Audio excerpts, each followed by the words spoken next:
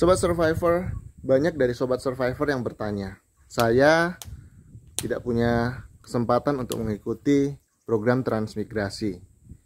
Dan saya juga tidak punya uang banyak untuk mengelola lahan, untuk membeli lahan. Apakah saya bisa bercocok tanam di Kalimantan? Tentunya jawaban dari Asian Survivor adalah sangat bisa dengan bekerja sama dengan pemilik lahan yang ada di Kalimantan. Tentunya Anda bisa memilih apakah lahan tersebut adalah lahan gambut atau juga lahan yang kering seperti yang saya perlihatkan saat ini. Salah satu lahan milik salah satu warga yang sangat luas sekali. Beliau punya lahan ini bahkan sampai puluhan hektar. Sayang sekali tidak dikelola. Mungkin selama 5 tahun ke depan lahan ini belum tentu akan digarap semuanya. Nah, peluang buat Sobat Survivor untuk memanfaatkan lahan semacam ini untuk ditanami dengan tanaman berbagai macam tanaman jangka menengah maupun jangka pendek. Tentunya sangat tidak sarankan untuk tanaman jangka panjang karena suatu saat akan digunakan. Tentunya lahan tersebut kita tidak bisa menahan. Hal ini bisa menjadi pilihan buat Sobat Survivor semuanya karena tentunya tidak semua dari Sobat Survivor yang menonton YouTube channel ini punya kesempatan yang sama untuk mengikuti transmigrasi atau atau beruntung mempunyai modal yang banyak untuk berkebun. Dan tentunya sangat direkomendasikan buat Sobat Survivor yang ingin berkebun untuk menanam tanaman-tanaman jangka pendek untuk berkebun di sini. Peluangnya seperti apa? Itu tentunya sangat besar. Dan ini tentunya juga menyokong kebutuhan pangan atau ketahanan pangan di Kalimantan Utara. Masih banyak sekali macam-macam tanaman yang tentunya masih bisa dikembangkan di lahan-lahan kosong seperti ini. Tentunya seperti buah naga, terus juga semangka, melon, dan berbagai macam tanaman yang lain. Tentunya tantangannya banyak juga ya. Saya tidak akan menyebut semua keuntungan-keuntungan untuk bercocok tanam seperti apakah semua lahan semua subur, ya belum tentu. Tentu perlu ada keahlian khususnya untuk para petani punya pengalaman dan informasi terkait bagaimana berkebun. Mereka-mereka inilah yang akan survive dan tentunya bisa bersabar ya. Apalagi kondisi saat ini di mana pupuk itu sulit untuk didapatkan. Tetapi bukan berarti itu tidak ada ya. Tetap ada, tapi memang perlu perjuangan untuk mendapatkan. Dan bisa mendapatkan alternatif dengan menggunakan pupuk organik.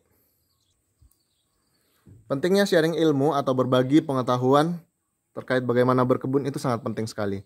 Bagaimana bercocok tanam itu sangat dibutuhkan oleh semua masyarakat tentunya.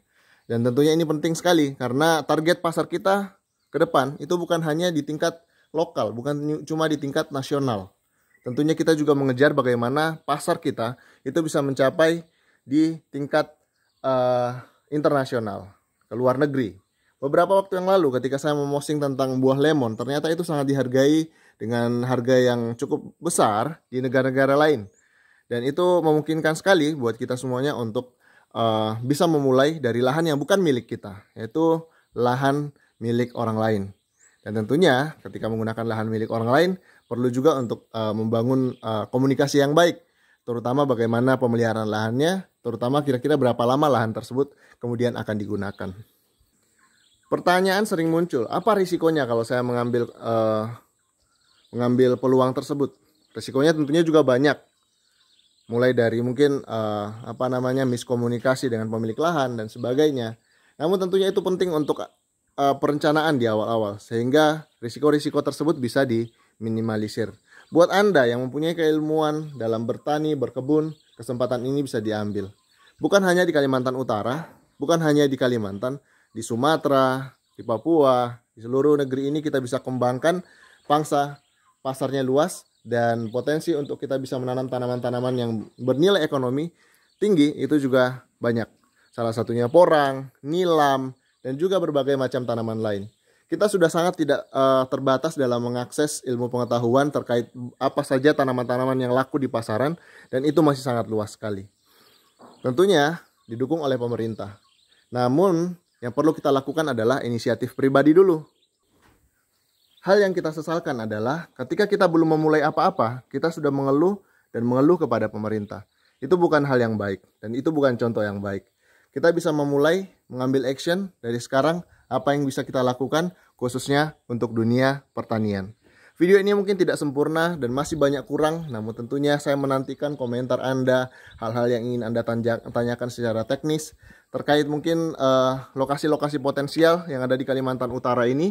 Dan tentunya saya punya keterbatasan dalam menyampaikan, oleh karena itu penting juga untuk menyampaikan masukan-masukan yang penting untuk saya, dukungan juga dari Sobat Survivor. Jadi buat Anda yang merasa video ini sangat penting untuk Anda bagikan, silakan dibagikan.